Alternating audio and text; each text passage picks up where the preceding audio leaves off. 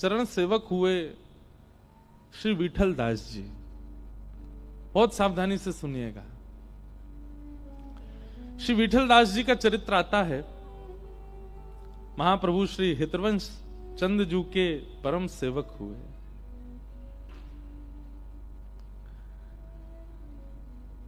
हमारे हितवंश महाप्रभु जब वृंदावन पधारे और श्री राधा वल्लभ लाल जी को विराजमान किया, सब लोग इधर देखो, ध्यान से सुनो कथा। तो देवबन करके एक स्थान है उत्तर प्रदेश में ही, उसको आजकल देवबंद बोलते हैं, बंद, पर वो देवबंद नहीं है, देवबन। विधर्मियों ने उसका नाम देवबंद कर दिया है, पर मूल रूप से उसका स्थान का नाम देववन है। तो वहां से महाप्रभु जी वृंदावन पधारे।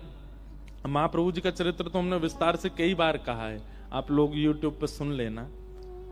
महाप्रभु जी का जन्म तो ब्रजमंडल में ही हुआ, पर आपके माता पिता देववन में रहते थे। वृंदावन से करीब 100-150 किलोमीटर के लगभग है। तो आप जब किशोरी जी की आज्ञा से वहां से वृंदावन आए और आत्मदेव नाम के एक ब्राह्मण के यहां से श्री राधा वल्लभ लाल जी को लेकर के जब वृंदावन में विराजमान किया, वृंदावन में सेवा विस्तृत होने लगी राधा वल्लभ जी की, तो आपके एक परम वैष्णव भक्त थे श्री विठल दास जी। अब आप लोग विचार कीजिएगा, गुरु निष्ठा कैसी, वृंदावन कैसों को प्राप्त होता है, हम 4 दिन यही सुनेंगे।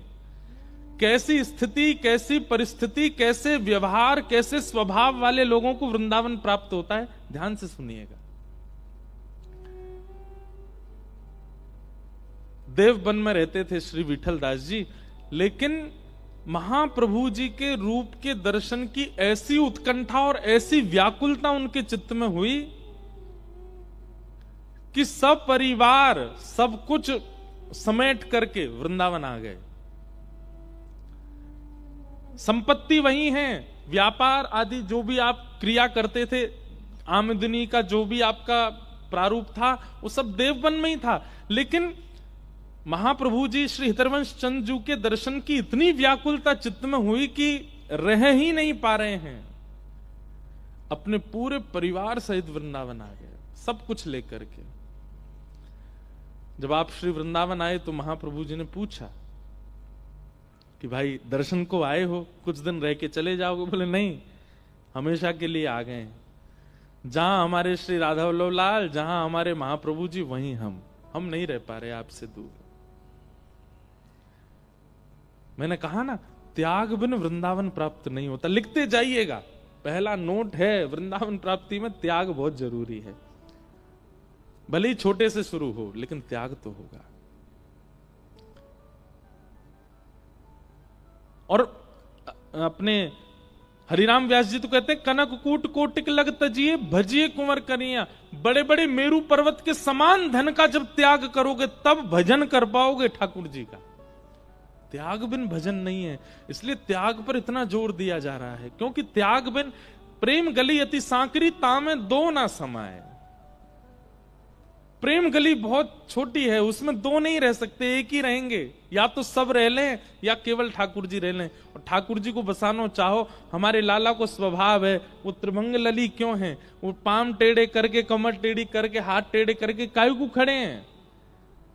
ये इतने टेढ़े मेढ़े है कि हमारे खड़े हैं कि हमको पहले ही बता रहे हैं, वो इतनी जगह रखियो कि मैं भीतर आ सकूं। मैं सीधो ना हूं, मैं टेढ़ो मेढ़ो हूं।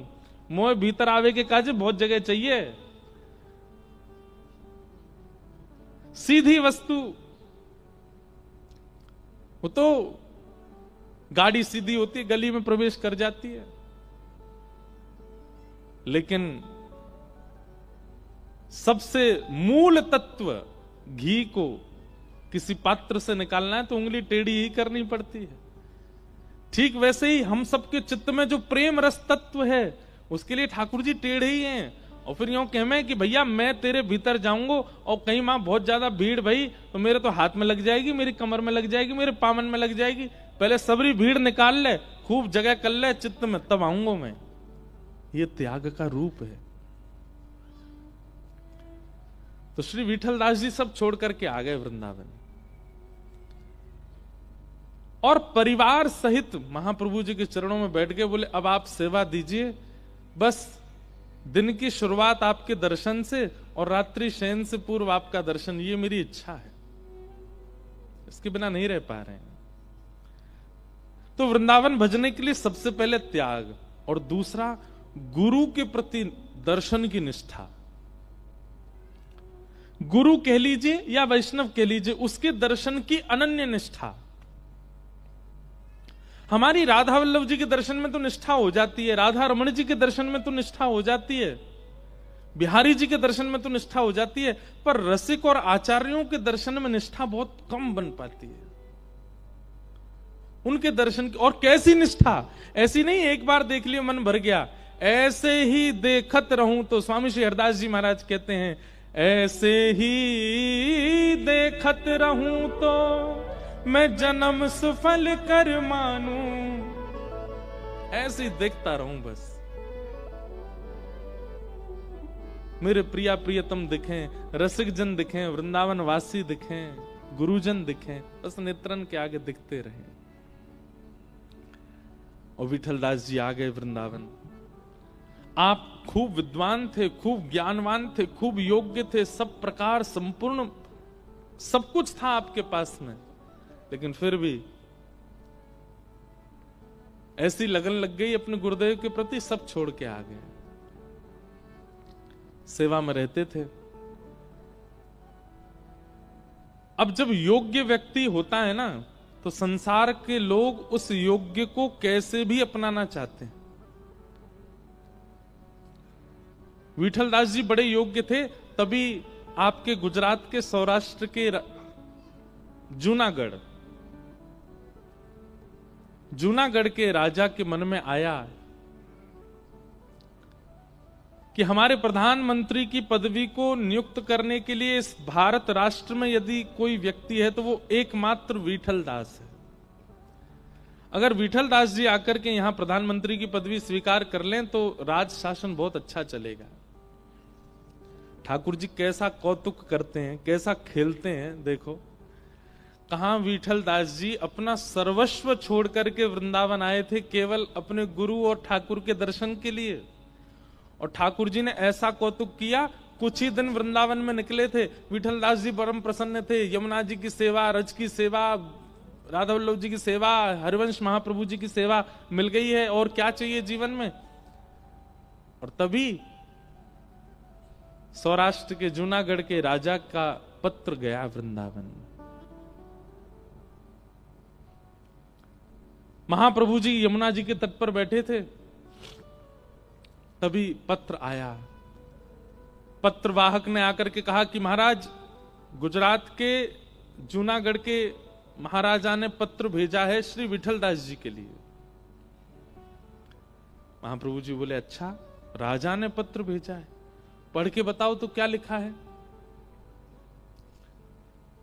तो जैसे ही वो पत्र पढ़ने लगे, विठलदास जी कोई सेवा कर रहे थे, कुछ कर रहे थे वहां पर, और पत्र पढ़ते पढ़ते बोले, महाराज कह रहे हैं कि हमारी प्रधानमंत्री की जो पदवी है उसके लिए एकमात्र व्यक्ति पूरे भारत में जो हमें दिखता है वो केवल श्री विठलदास जी हैं। हमारा निवेदन है श्री महाप्रभु जी कृपा करके और श्री विठलदास जी अनुग्रह करके जूनागढ़ आकर के प्रधानमंत्री की पदवी स्वीकार करें। ये बात सुनकर के आज की डेट की अगर बात होती तो घर में उत्सव मन रहा होता, पर श्री विठलदास जी को जैसे ये बात पता चली, विठलदास जी उसी क्षण नेत्र बंद करके राधा वल्लभ जी को ध्यान करके बोले, हे श्री राधा वल्लभ लाल, मैंने अपने जीवन में कोई पुण्य किया हो, मैंने अपने जीवन में कोई सुकृत किया हो, मैंने अपने जीवन में इस जन्म में नहीं भी किया हो, पूर्व जन्म में भी कुछ, अगर मैंने कुछ तो अच्छा किया होगा, उस अच्छे का फल केवल ये दे देना कि गुरुदेव भगवान कहीं मुझे जूनागढ़ जाने की आज्ञा ना दे दें, ये मना कर दें, मुझे ये पदवी नहीं चाहिए।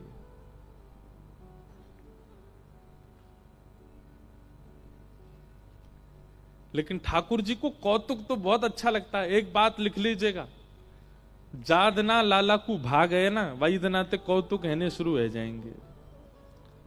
बिना कौतुक के लाला रहवे कोई नहीं, कछु ना कछु करते ही रहेगो।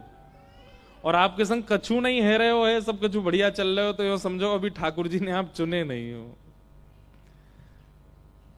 जैसे आप किसी को चुनते हो, जैसे कोई बालक होता है ना छोटा, बहुत प्यारा लग जाता है, तो बड़े लोग किसी को भा जाता है तो क्या चलते फिरते जहां मिल जाएगा उसके कभी गाल खींच लेंगे, कभी हाथ पकड़ लेंगे, कभी उसको ऐसे गुदगुदी कर देंगे, या जिससे वो रोए ऐसा कुछ कर देते हैं, जोर की आवाज कर देंगे, उसको डरा देंगे।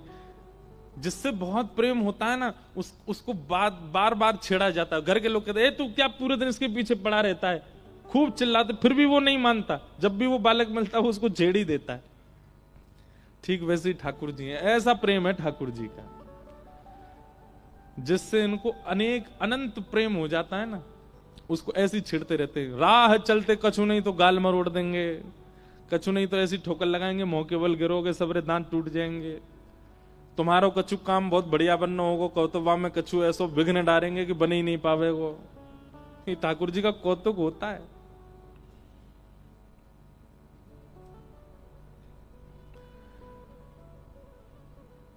विठलदास जी के साथ हुआ।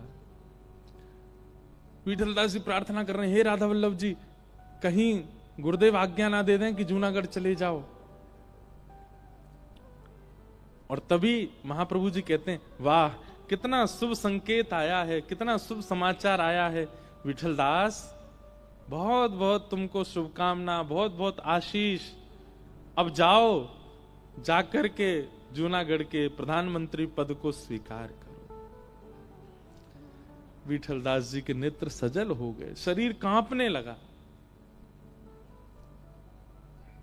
चरणों में गिर गए। नाथ, मैंने सब त्याग दिया केवल आपके और राधा वल्लभ जी के दर्शन के लिए, वृंदावन वास के लिए।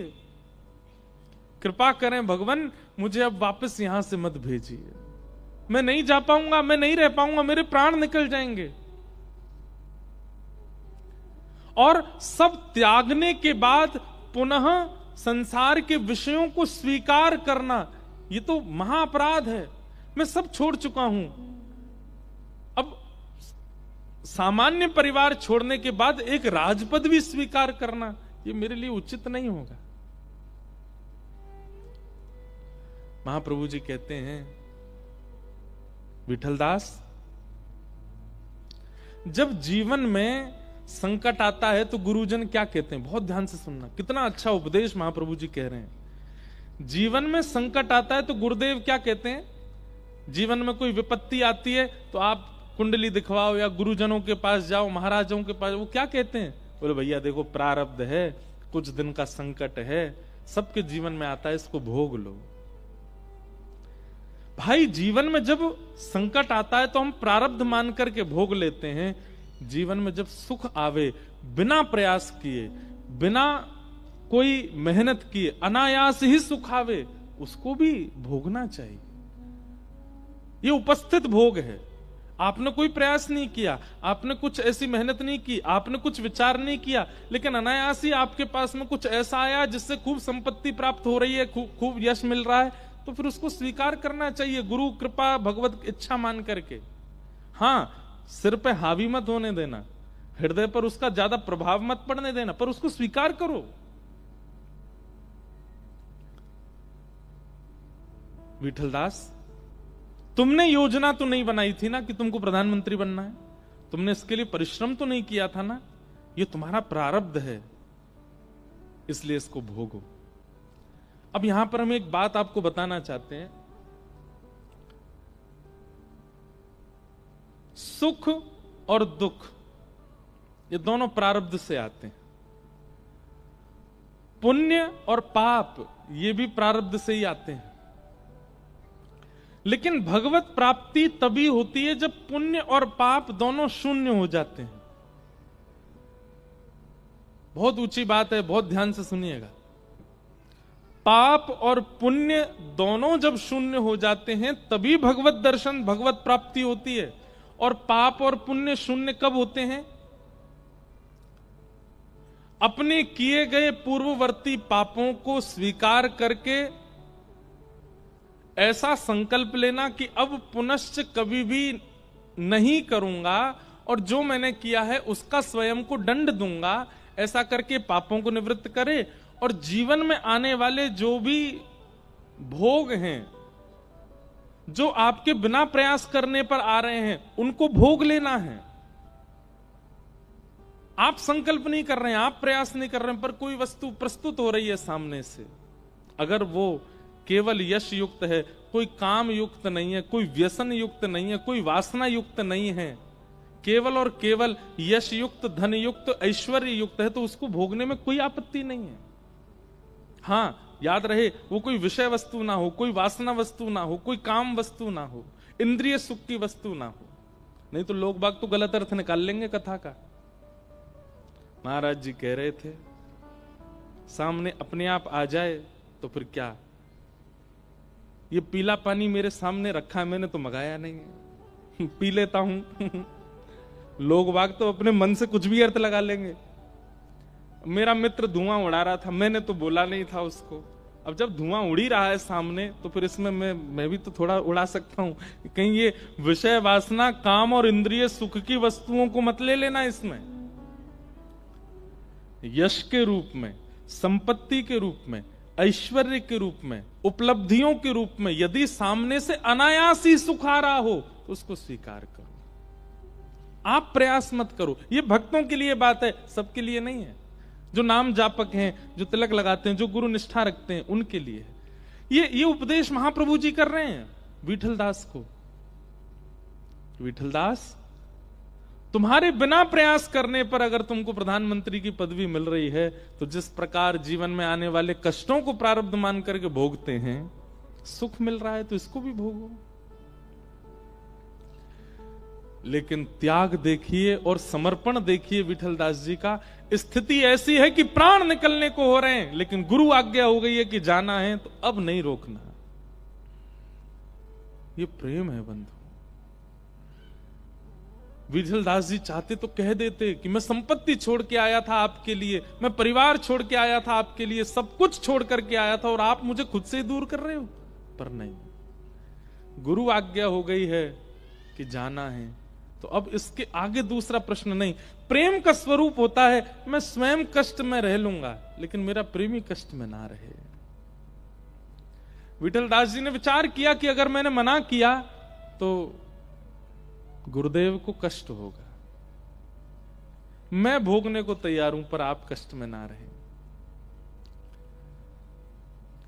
विठल दास जी कुछ नहीं बोले, नेत्रों से अविरल अश्रुधार गिर रही है, हाथ जोड़ के बैठे हैं और बस आज्ञा हो गई है जाओ। लेकिन मन तो सोच रहा है ठीक है जाता हूं, बुद्धि तो सोच रही है ठीक है जाता हूं, पर तन स्थिर हो गया है, तन हिल ही नहीं रहा है वहां से। और तब एक सूक्ष्म इच्छा प्रकट हुई मन में कि कृपा करके वृंदावन का कोई आशीष मुझे दे दीजिए।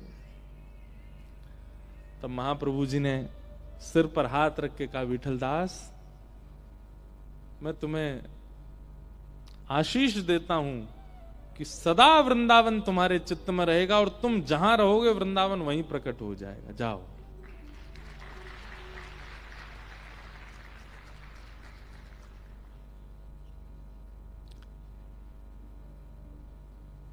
ठीक ऐसी ही लीला स्वामी श्री हरदास जी के चरित्र में भी आती है। और वो तो बड़ी विचित्र लीला है कि अकबर के मन में आ गया कि मैं सब छोड़ करके निधिवन में ही रहूं स्वामी जी के पास, अकबर के मन में। तब स्वामी जी ने मन में विचार किया कि भैया जे अगर यहां आ गए हो तो यहाँ के पीछे इतनी भीड़ आ जाएगी हमारा भजन छूट जाएगा। स्वामी जी ने आज्ञा कर दी, भैया उसको सेवा दे दी, तू वहीं रहे और तू वृंदावन की सेवा करते रहे, हमारो चित्र बनवा ले जा आदि आदि। और उसको आज्ञा कर दी जब जब तेरो मन हो वृंदावन को तो बस नेत्र बंद करके ध्यान करियो, तो जहां बैठेगो वहीं वृंदावन तो को दिखने लगेगा। इसका मतलब यह बात प्रमाणित करता है कि वृंदावन अचल नहीं है, वृंदावन सचल है। वृंदावन चलता फिरता है, बस उसको प्रकट करने वाला कोई स्थिति वाला चाहिए। श्री विठल दास जी निकल गए।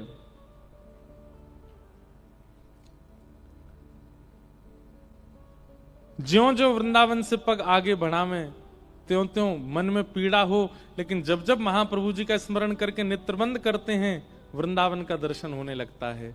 वही कलकल करती यमुना जी, वही रौ करते हुए समस्त पक्षी, राधा वल्लभ लाल जी, श्री महाप्रभु जी, कीर्तन करते समस्त वैष्णव जन दिखने लगते हैं।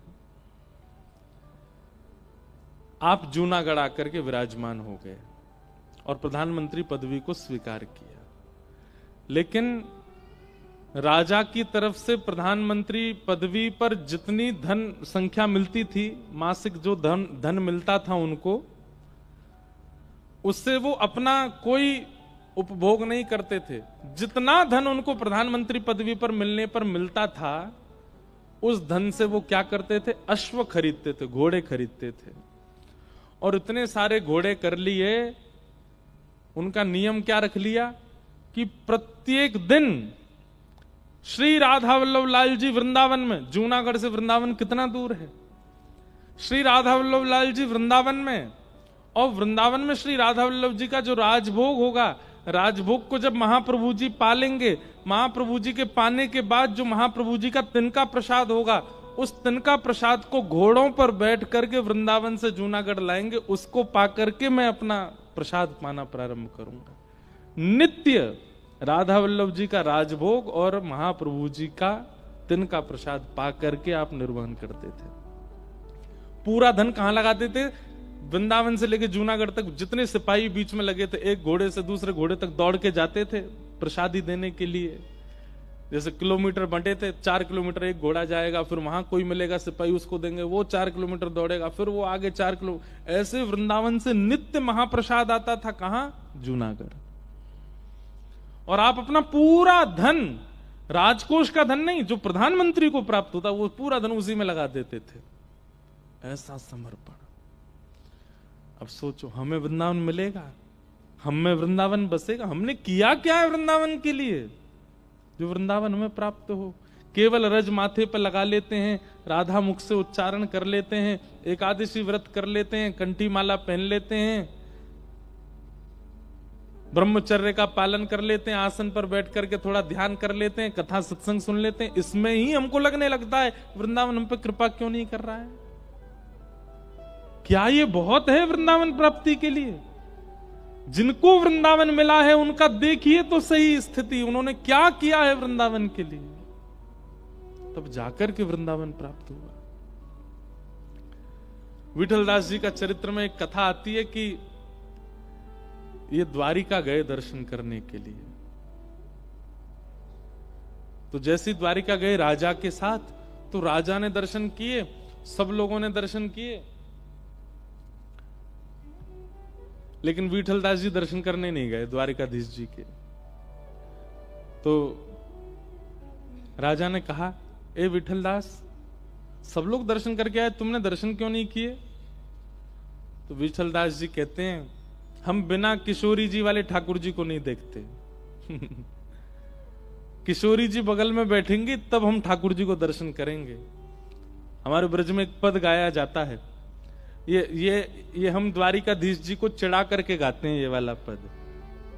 हमारो मुरली वारो श्याम, हमारो मुरली वारो श्याम, हमारो मुरली वारो श्याम, हमारो गाइए। हमारो मुरली वारो श्याम, हमारो मुरली वारो श्याम। हो विन मुरली वन माल चंद्रिका, विन मुरली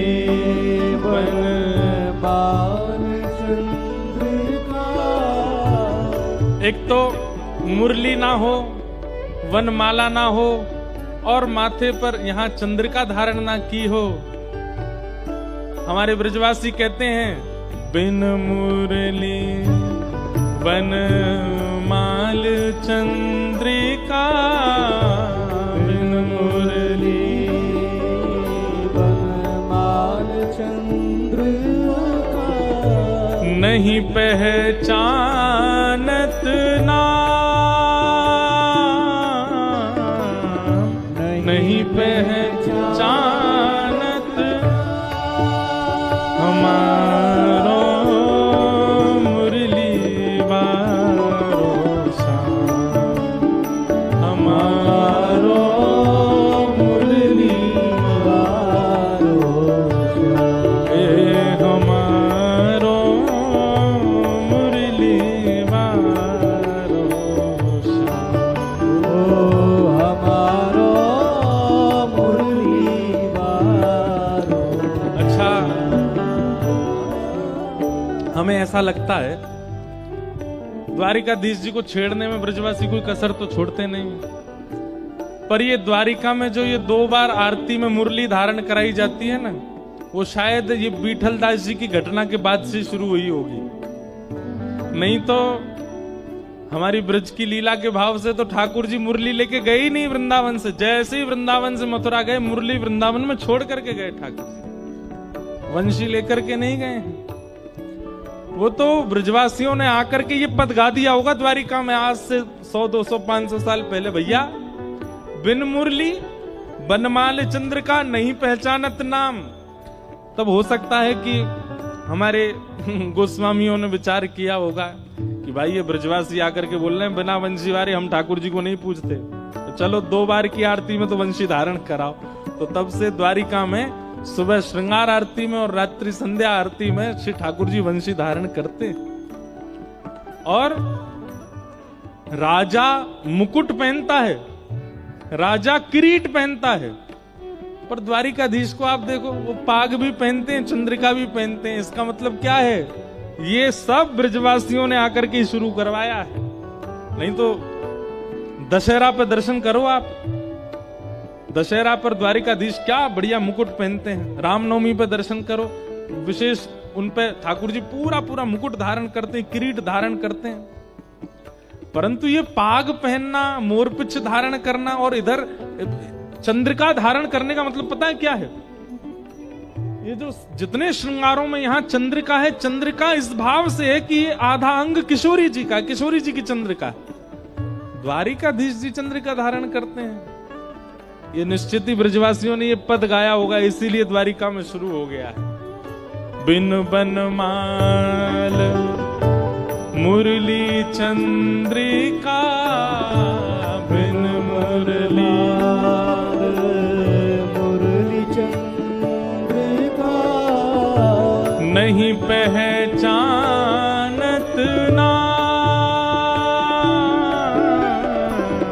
नहीं पहचानत नाम, हमारो मुरली वारो श्याम, हमारो मुरली वारो श्याम, हे हमारो मुरली वारो श्याम। हमारो मुरली वारो। और ब्रजवासी क्या देखते हैं ठाकुर जी में? दूसरा रूप क्या देखते हैं? गौर रूप, गोप रूप, वृंदावन चारी, गोप रूप वृंदावन चारी। द्वारिका में कहते हैं राजाधिराज गौ ब्राह्मण प्रतिपालक श्री वसुदेव नंदन, श्री देवकी नंदन, श्री कृष्णचंद्र भगवान की जय। आज से 100-500 साल पहले ब्रजवासी बोले भैया जी कौन सा भगवान है? और यही है ठाकुर जी आपके ब्रज के। बोले हमारो लाला तो कन्हैया है, हमारो लाला तो गोपाल है, गोविंद है। इतना बड़ा नाम भैया, वृंदावन से द्वारिका तक तो इतना लंबा तो नाम है ठाकुर जी का। गौ ब्राह्मण प्रतिपालक, संत सेवी।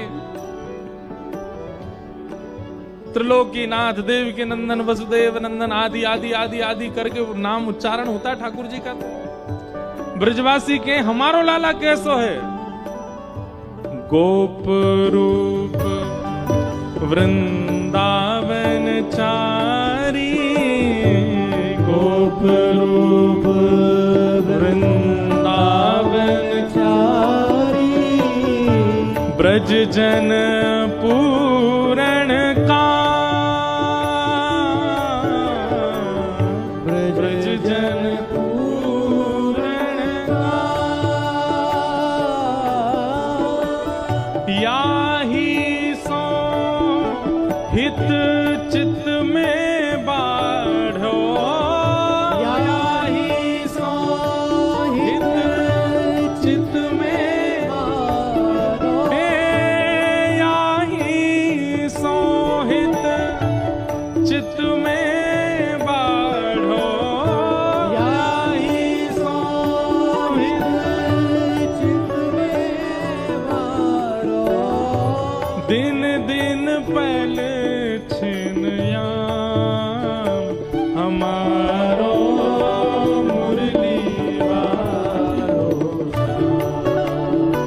हमारो मुरली वारो, हे हमारो मुरली वारो श्याम, ओ हमारो मुरली वारो और अंत में यही भाव विठलदास जी कह रहे हैं द्वारिका जाके।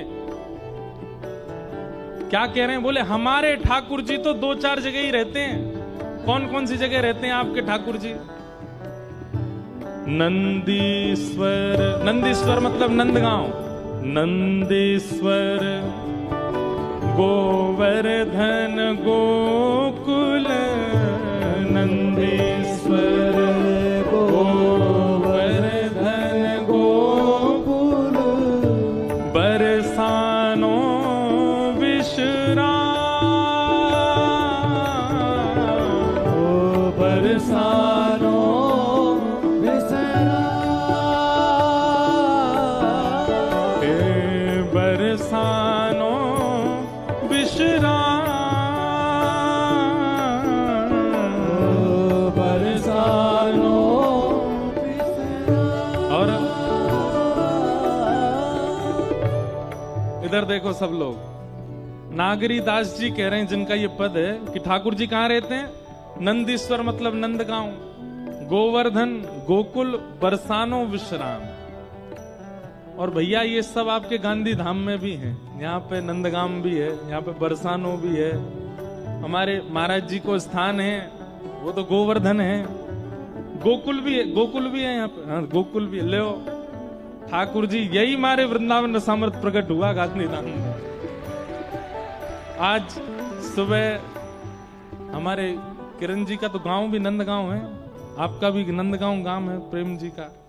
बताओ, सब तो है यहाँ पे, इसीलिए वृंदावन की इतनी यहाँ पे बातें होती हैं, तभी इतने भाव प्रकट होते हैं, क्योंकि हमारे नागरी दास कह रहे हैं कि भैया ठाकुर जी यहीं रहते हैं। कहाँ? नंदीश्वर गोवर्धन गोकुल, नंदेश्वर गोवर्धन गोकुल, बरसानो विश्राम, बरसानो विसरा। और नागिरीदास द्वारिका मथुरा, नागिरीदास द्वारिका मथुरा, नागिरीदास द्वारिका मथुरा, नागिरीदास द्वारिका मथुरा, इन सो के सो काम, इन सो के सो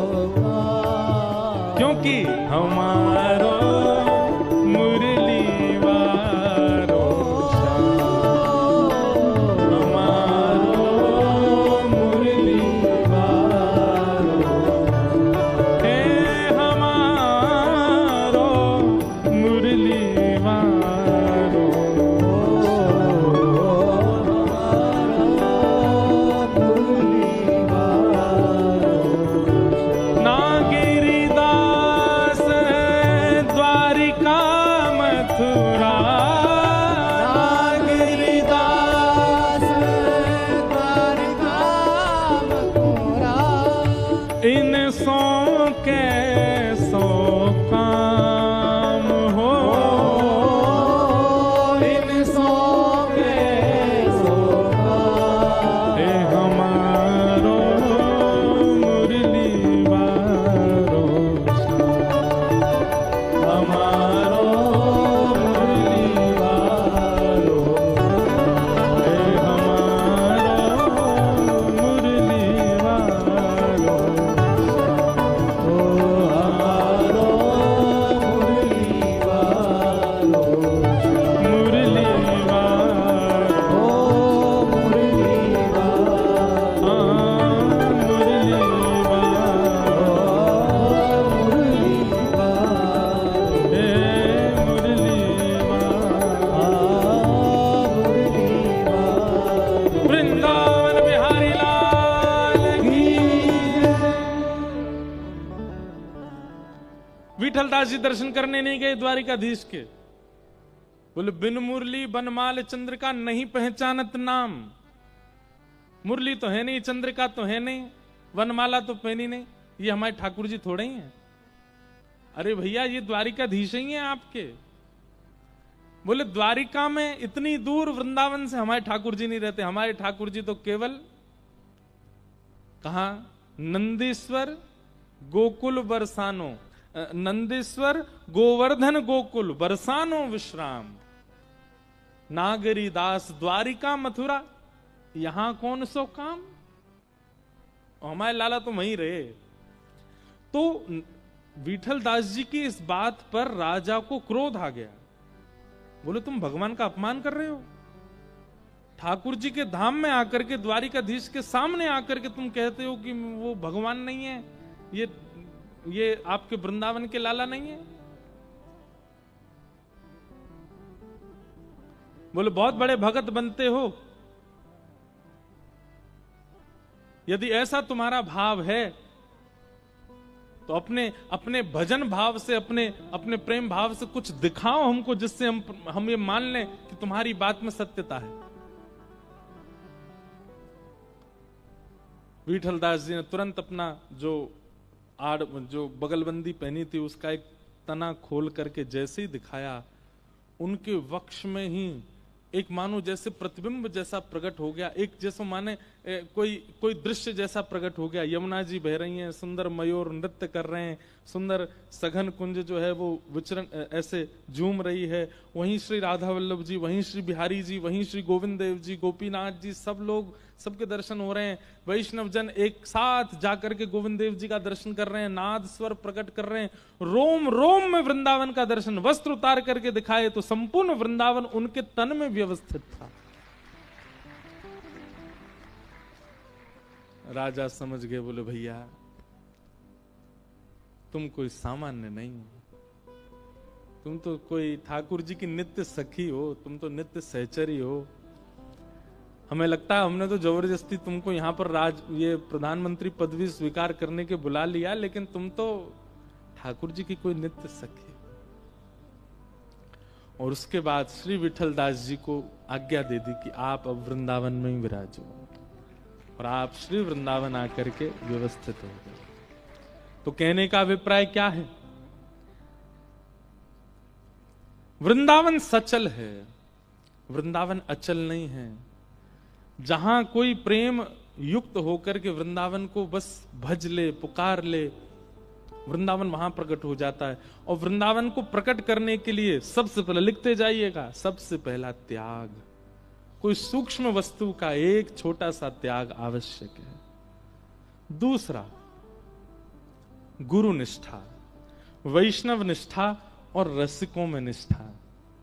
रसिक जनन की सेवा पाऊं, रसिक जनन की सेवा पाऊं, प्यारे राधा रमण के दर्शन पाऊं, प्यारे राधा रमण के दर्शन पाऊं।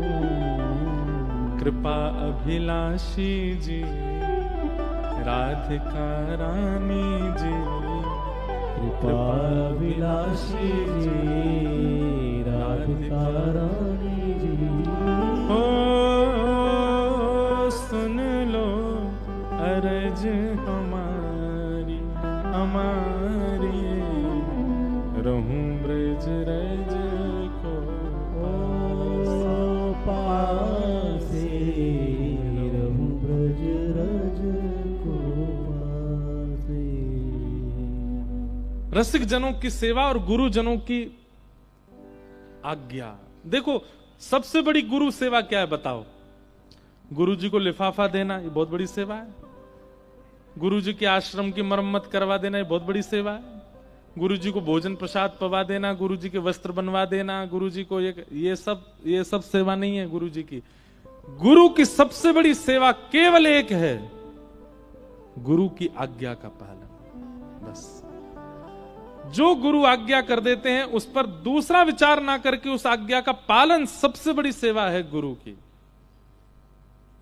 अगर गुरु जी के मुख से एक बार निकल जाए कि अभी वृंदावन मत आओ, तो जब तक दोबारा नहीं कहते हैं कि आ जाओ तब तक जाना ही नहीं है। गुरु सेवा का सबसे बड़ा स्वरूप यदि कुछ है तो गुरु आज्ञा का पालन, गुरु आज्ञा का पालन। तो सबसे पहला त्याग और दूसरा गुरु आज्ञा का पालन, गुरु सेवा का पालन, गुरु निष्ठा का पालन। मन में भाव आता है, लोग बाग पूछते हैं क्या गुरु आवश्यक है जीवन में? हाँ आवश्यक तो है। कई चरित्र हमने पढ़े हैं जहां ठाकुर जी आज्ञा करते हैं कि भाई तुम उन गुरु की सेवा में जाओ।